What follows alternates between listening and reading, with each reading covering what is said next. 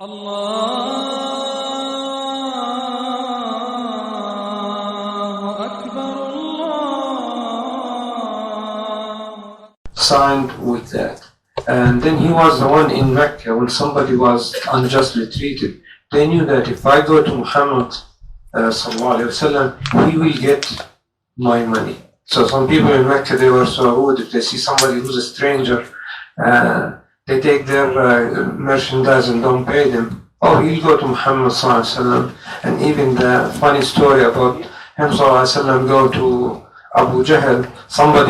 Abu Jahl took some money from somebody, and people sent him to Prophet Muhammad sallallahu alaihi wasallam, hoping that Abu Jahl will mock the Prophet sallallahu alaihi wasallam. So the Prophet sallallahu alaihi wasallam didn't hesitate, and we shouldn't. He went to Abu Jahl and he knocked the door, and Abu Jahl opened the door and he said, "Ya Abu Hisham," that's his other name, "A'ti hada haqqa." Give this guy his money. And it says Abu Jahl did not hesitate. It says later that Abu Jahl told him that he saw a lion standing behind the Prophet ﷺ that would have jumped on him if he didn't comply. But take it from that the Prophet ﷺ did every good cause, so we should. Don't worry about it doing it for Muslim or non-Muslim. You doing spreading justice, and justice is the name of Allah subhanahu wa ta'ala, and one of his attributes is. So be part of it. With Muslims or without Muslims, do it. But don't let people forget that you are a Muslim while you're doing that. That matters a lot. People need to see that we as Muslims, we stand for everything that is good. That's what I have to say. Can I give you some final words? I want to give you some final words. Sheikh, come for a second. Yes.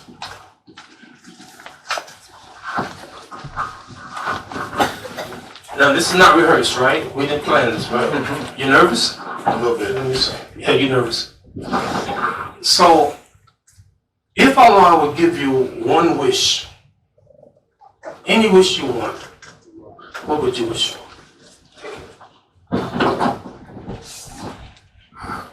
Be a better Muslim to make it to Jannah. Okay, good. You did good. Now, make it. I asked that to one of the students. He said to me, Imam, I would ask Allah to make him and his whole family go to Jannah. I said, I thought you would say that. But let me tell you what the Prophet said, alayhi salatu wasalam. He said the prophets were given a special dua that Allah will answer. And he said, all of the prophets hurried to ask for theirs. He said, I saved mine in Yawm al-Qiyamah. For what? To be a shafa'ah for my ummah. Imagine that. You think that you love the prophet. You don't. I'm telling you, he loves us more than we love him. Let me say what Umar radiallahu anhu, he said. Ya Rasulullah, لأنت حب إلي من كل شيء إلى نفسي. You are more beloved to me than everyone except myself. That's a big compliment. Really. The Prophet said, وَلَدِي نَفْسِ بِيَدِكَ حَتَّى كُنَّ حَبَّ إِلَيْكَ مِنْ نَفْسِكَ. No, Umar. By Allah, you are not beloved. You are not a real believer until I am more loved even than your own self. How Umar responded, الآن يا رسول الله لأنت أحب إلي من نفسي. Now you're more beloved to me.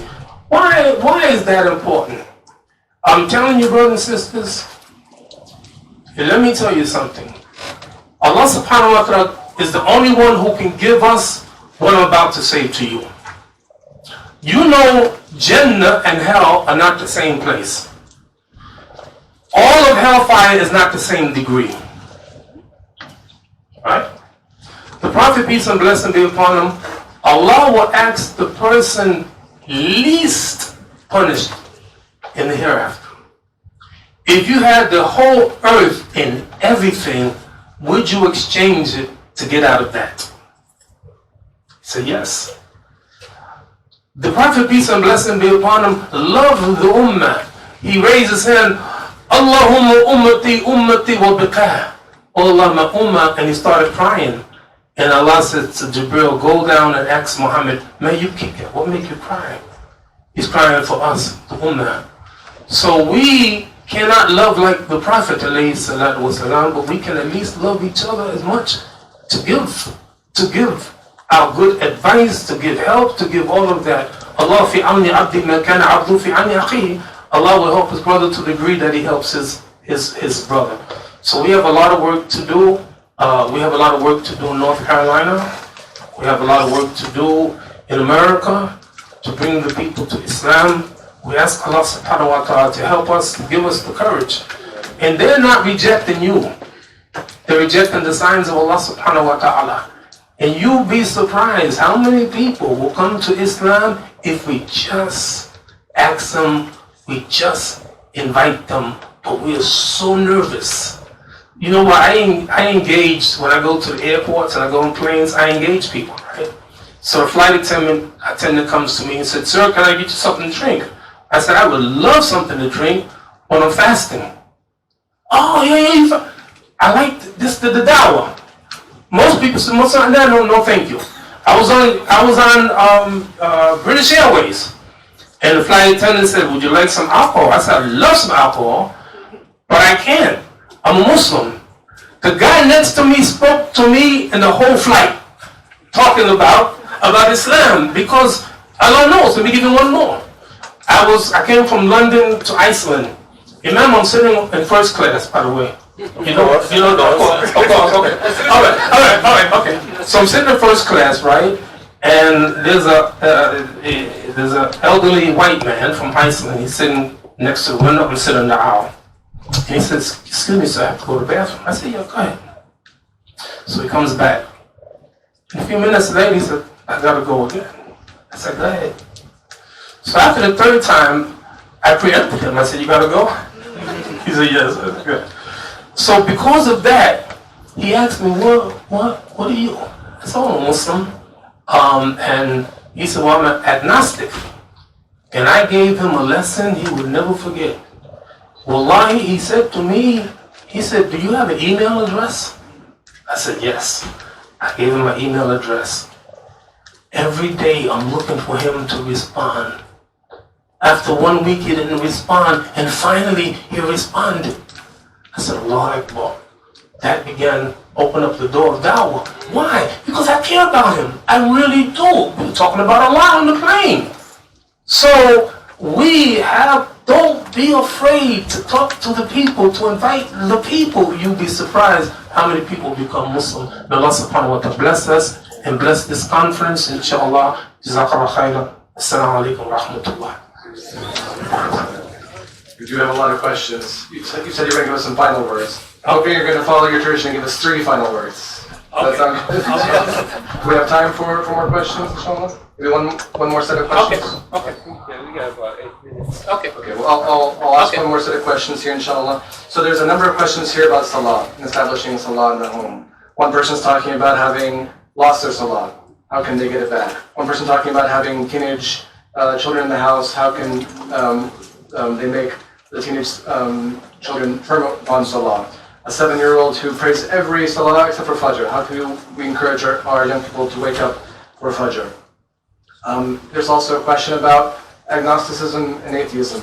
Are children coming to us with questions about that? So any responses to how we can be firm upon salah in our households and respond to those questions about atheism and agnosticism? Yeah, everything is effort. You know, I followed one of the sunnahs of the Prophet, peace and blessings be upon him. Our masjid, you can at least have 200 people at every salah, alhamdulillah. I can tell you Salatul Fajr. Basic, I can tell you who's standing where. To my right is Uthman, he's assistant imam from Sudan. He's to my right. We have 2 Abdullahs, both of them from Mauritania, one dark, one light. Right? So to my immediate right is Abdul Bari. He's a muezzin from Guinea, and we have just all over. Brother Kamal to my right from Bangladesh. So one day I went to Kamal after Salatul Fajr. I said, "Where's your son?" He's always coming to the masjid. I missed him. like the Prophet ﷺ missed Thabit. So where's Thabit? You have no appreciation of the value of praying in Jama'ah. Major. To my left, Dawood, African American. All of them, we know each other. So I asked Kamal, what happened to your son? He said, not good. I said, you tell your son I want to see him. He came to the masjid for a couple of days, and I spoke to everything okay, and then he disappeared again. But my point is, when you come out consistently, not only do you get more rewards, every step you make to the masjid, being more rewarded, praying in Jama'ah, all of that, but the fact is that we pray together and we strengthen one another. And you start praying by yourself, soon maybe you start missing prayers. But once you pray in Jama'ah and get used to it, becomes a habit, it becomes easier. All we can do is make effort. No matter, make dua and you make effort.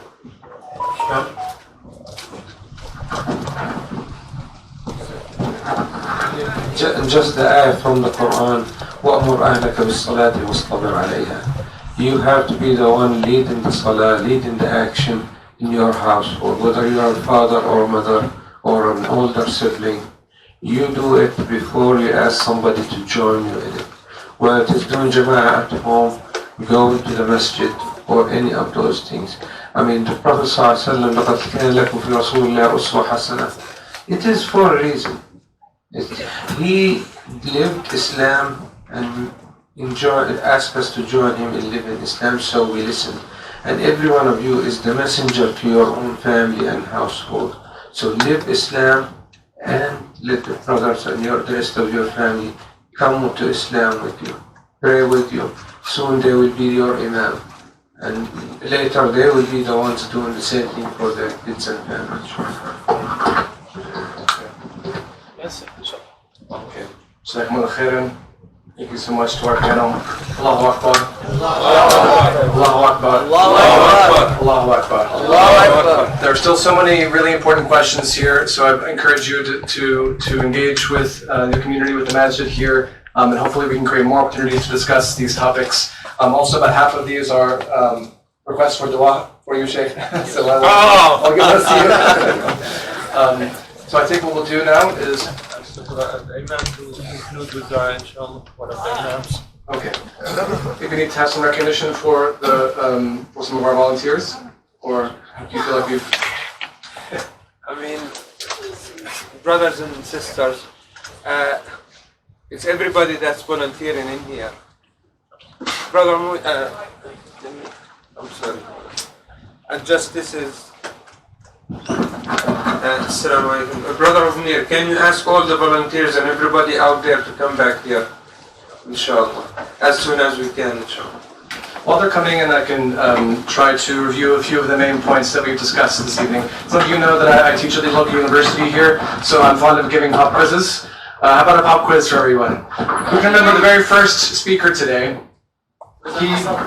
Thank you, yes. Brother Ahmed Sakhab. He shared with us an origin story. Can anyone recall where that origin story began? He started with a description.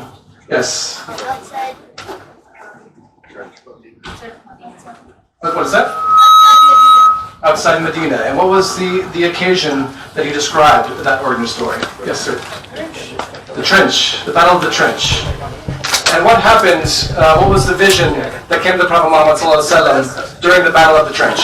He would conquer Syria, Palestine, Syria, Iran, and Yemen. Right, so that Prophet Muhammad ﷺ was striking a boulder, and with each blow he saw a spark in which he saw the opening of Persia, he saw the conquering of Sham, he saw Islam spreading all the way to Syria.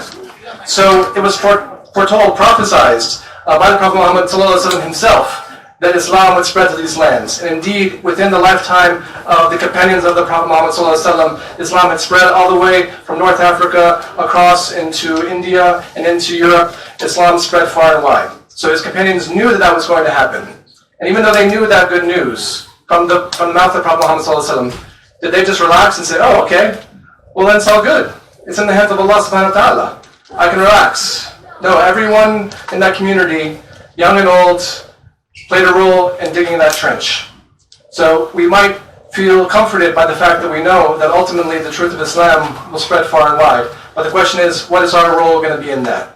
Are we going to sit back and relax and just let it happen? Or are we going to attain God's good graces, the will of Allah subhanahu wa ta'ala, and be part of that story, inshallah? Another key point there. Another pop quiz for our youth here. Who came up with the idea of digging the trench? Persian guy. Salman al-Farisi. Where was Salman al-Farisi from? Persia. As the name suggests, Persia. He was not an Arab. So Prophet Muhammad didn't say, oh, get out of here with your foreign ideas. No, he welcomed them. And that shows the strength, like Imam Khalid was saying, of diversity. Right? When you have diverse backgrounds, diverse points of view, when you welcome and you accept people from different backgrounds, that only makes your community stronger, rather than just blocking yourselves out from people who don't have those same backgrounds as you. Brother Ahmed talked about Abu Ayyub al-Ansari, how he was 70 or 80 years old, and he volunteered to be part of the conquest of Constantinople, opening up what would become Istanbul. 70 or 80 years old. This again goes back to what Imam Khalid was saying. This is multi-generational. We talk about the youth are our future, but we're all in this together. We all have a role. We can't just put it on the youth. Well, I'm busy working, so the youth will take care of the future. No, the future is today. We all have to play a role in this. Another big point is taking the long view, right? Battle of the Trench, what year, another pop quiz, what year after Hijrah was the Battle of the Trench? 3 years, 3? 10. Anyone know what year the opening of Istanbul, Constantinople was, what Brother Ahmed mentioned? 1453? May 29th, 1453, I think it was a Tuesday. Right, 800 years later, it took that long. So Islam spread very quickly, but it took that long to enter Constantinople. So it's in Allah's hands how these things are going to unfold, how change is going to occur. But again, the question is, what role are we going to play in that? Are we going to be part of a golden age of Islam here in America, or the dark ages of Islam? What kind of role are we going to play? Finally, let's end with this, talking about change and how we can create change. A lot of us think that change only happens at the top. And many of us in the Muslim community, we talk about the lack of Islamic leadership, the lack of a Khalifa. We talk about that lack of representation, there's no true Islamic governments, etc. And it's this belief that change only can happen at the top. And because that's where we can see change. But most effectively, change, and there's studies done on this, happen at the bottom. So that top level of the pyramid is called explicit change. But that has to be with the foundation of implicit change, which is the mental models, is what the scholars call it in the Western sciences. We would say taqwa, right, or tawheed, having that firmness upon the mental model of Islam, of tawheed, a God-conscious way of life. That is the most important change we can make in ourselves, in our communities, in our families. That change, though, has to be reinforced with connections and relationships, which is why your families and masajid are so important. And from that change in the heart and that change in your perspective, as reinforced through relationships and networks, can create shift in power. And Imam Siraj Wahhaj gave us some glimpses of what that shift in power can look like. About people respecting Muslims on the street. About just saying that you're a Muslim or being visibly Muslim creates reverence among people. That you can ring a bell in the UK and someone will come and check you out when you're buying alcohol because people have respect for Islam. That's power. Being able to open our doors here and have people, non-Muslims, come and get their medical care taken care of, that's power. So through our firm commitment to tawheed and our taqwa and our relationships with others, we can inshallah create change within our own communities. So I'll end it there inshallah, and we'll have some final comments. No, just take this small dua. This is the dua that Ibrahim alayhi salatu wasalam made. You know, we do a lot of things. We fast for the month of Ramadan. We pray in Jama'ah. We do all of those things. We give sadaqah. But the most important thing, that Allah accepts it. So this is when Allah told him to him and his son to build the Kaaba. He did. And I finished with what he said, رَبَّنَا تَقَبَّلْ مِنَّا إِنَّكَ أَنْتَ السَّمِيعُ الْعَلِيمُ. Allah subhanahu wa ta'ala, please accept this. Allah is the wise and the knowing. Jazakallah khair for every one of you who came. Pray that somehow you benefited. Allah subhanahu wa ta'ala bless all of you. Jazakallah khair for coming. Assalamu alaikum wa rahmatullah.